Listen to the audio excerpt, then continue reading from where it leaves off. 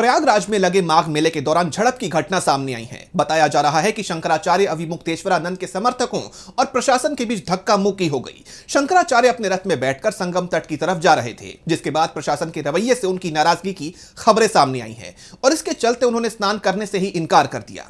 इस पूरी घटना को लेकर अब कई सवाल खड़े हो रहे हैं।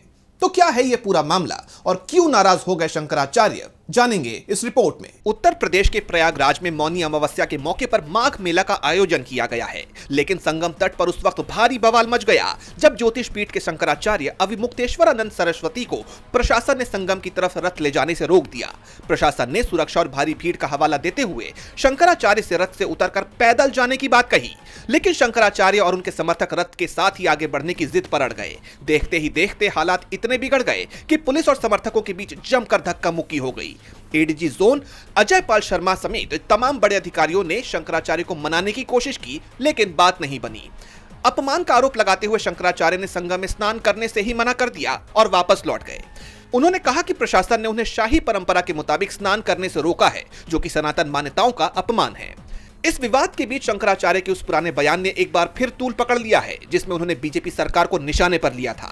हाल ही में काशी में मणिकर्णिका घाट पर हुए बुलडोजर एक्शन पर नाराजगी जताते हुए शंकराचार्य ने कहा था, इस सरकार ने वाराणसी में 150 मंदिर तोड़ दिए, जिनमें से कई 600 से 1000 साल पुराने थे।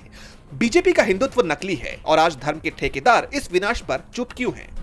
इस मामले को लेकर समाजवादी पार्टी के प्रमुख अखिलेश यादव की प्रतिक्रिया सामने आई है। अखिलेश यादव ने लिखा, माघ मेला क्षेत्र में पिछले साल की तरह ही इस साल फिर से साधु संतों भक्तों के साथ हुआ दुर्व्यवहार अक्षम्य है। सदियों से चली आ रही शाही स्नान की अखंड सनातनी परंपरा में गत वर्ष भी इसी सरकार द्वारा विघ्न डाला गया था।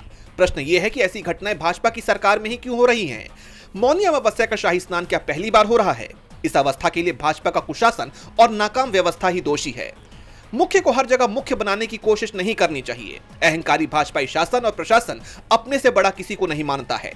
अब क्या इस दोष को भी एआई पर मढ़ेंगे?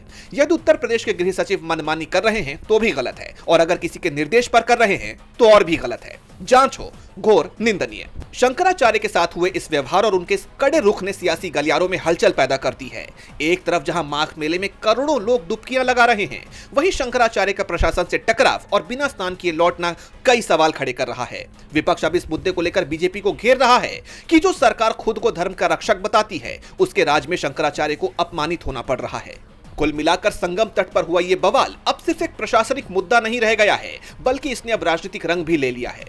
इस पूरी घटना को लेकर बीजेपी की तरफ से कोई प्रतिक्रिया सामने आती है या नहीं, और शंकराचार्य की नाराजगी दूर होगी या नहीं, ये देखना होगा। डीबी लाइव की रिपोर्ट।